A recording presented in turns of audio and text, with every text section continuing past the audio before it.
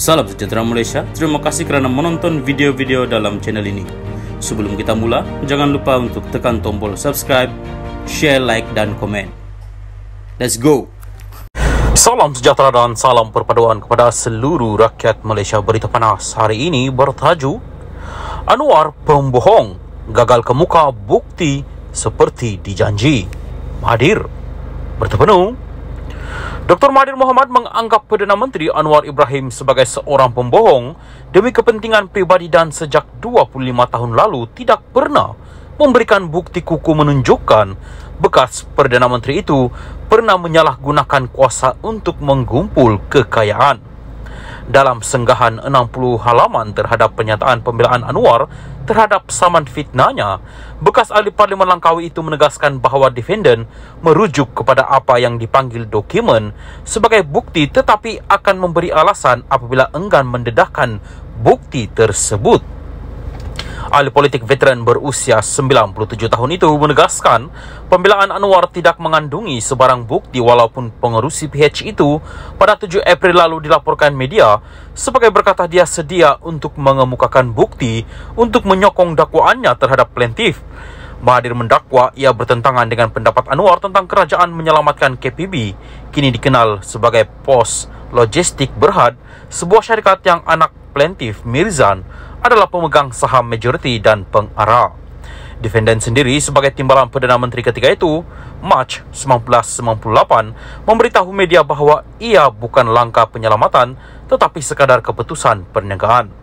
Mahathir berkata Anwar yang merupakan sebahagian daripada jemaah menteri pada awal dan pertengahan 1990-an berada di Parlimen pada 1997 untuk memberitahu ahli Parlimen Lim Guan Eng bahawa penjualan saham kumpulan wang persaraan diperbadankan KWAP dalam MISC Berhad kepada Petronas bukanlah satu tindakan bailout. Bekas orang kuat UMNO itu menegaskan Anwar ketika itu memberitahu Dewan Rakyat perjanjian tersebut menunjukkan ketulusan pentadbiran ketika itu yang tidak dipengaruhi oleh mana-mana perniagaan milik keluarga yang meminta bantuan kerajaan. Ini jelas menunjukkan defendant mempunyai ciri-ciri pembohong. Ini kerana defendant mempunyai pendirian yang berbeza pada 1990-an daripada apa yang dinyatakan dalam pembelaannya hari ini. Begitu juga dengan keengganan defendant sehingga hari ini untuk mengemukakan sebarang bukti untuk menyokong dakwaannya. Ini menunjukkan defendant akan berkata sesuatu dan kemudian mengubah pendiriannya sambil memfitnah asalkan ia memenuhi faedah pribadi defendant, kata Mahathir. Salam sejahtera dan salam perpaduan kepada seluruh rakyat Malaysia. Berita panas malam ini bertajuk Pilih Mahathir, kesilapan Hussein On paling besar. Berita penuh, kesilapan memilih Dr. Mahathir Mohamad sebagai pemimpin nombor 2 UMNO mengubah hala 7 negara kata pemimpin DAP itu.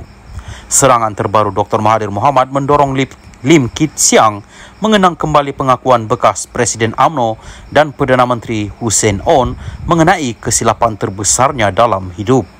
Kesilapan penilaian ini yang mengubah hala 7 negara menurut veteran DAP itu telah meletakkan Dr. Mahathir di landasan kekuasaan. Perdana Menteri Malaysia yang ketiga Tun Hussein On memberitahu saya selepas persaraannya pada tahun 80-an yang kesilapan terbesar dalam hidupnya adalah menjadikan Mahathir sebagai timbalan Presiden UMNO pada tahun 1976 yang telah membolehkan Mahathir menjadi Perdana Menteri sebanyak 2 kali selama hampir suku abad, katanya. Lim berkata ini membolehkan Mahathir menjadi Perdana Menteri sebanyak 2 kali dari 1981 hingga 2003 dan 2018 hingga 2022. Namun, perlu diingatkan Mahathir menjadi Perdana Menteri kali kedua kerana sokongan PH. Sementara itu, Lim berkata Hussein pada ketika itu silap memilih Mahathir berbanding Ghaffar Baba, Tengku Razalik dan Ghazali Syafi'i selepas tempoh ketidaktentuan selama 6 minggu. Lim membangkitkan hal ini apabila Mahathir mendakwa mempromosikan Malaysia yang majmuk, melanggar perlembagaan persekutuan dan memomokkan DAP sebagai ancaman terhadap negara Melayu dan Islam. Lim juga mengulas dakwaan bekas Perdana Menteri itu bahawa DAP dengan 40 ahli parlimen mempunyai pengaruh kuat ke atas Perdana Menteri Anwar Ibrahim untuk menjadikan Malaysia sebuah negara sekular. Mahathir amat salah sama sekali. Adakah DAP yang ada 42 orang ahli parlimen selepas pilihan raya umum 2018, angka yang lebih besar berbanding dengan sekarang, menggugut Mahathir selama 22 bulan dia mengetuai Kerajaan Pakatan Harapan untuk menggantikan Islam sebagai agama rasmi negara. Semasa Mahathir bercakap di Perhimpunan Agung Pertubuhan Bangsa-Bangsa Bersatu pada bulan September 2018 dan berjanji untuk meratifikasikan perjanjian-perjanjian antarabangsa termasuklah Konvensyen Antarabangsa untuk penghapusan segala bentuk diskriminasi perkauman ICERD, DAP tidak tahu menahu apa-apa mengenai cadangan ini walaupun DAP kemudiannya dijadikan sasaran untuk dipersalahkan dan dituduh sebagai kononnya anti Melayu, anti Islam dan anti Raja, tambahnya pada satu kenyataan.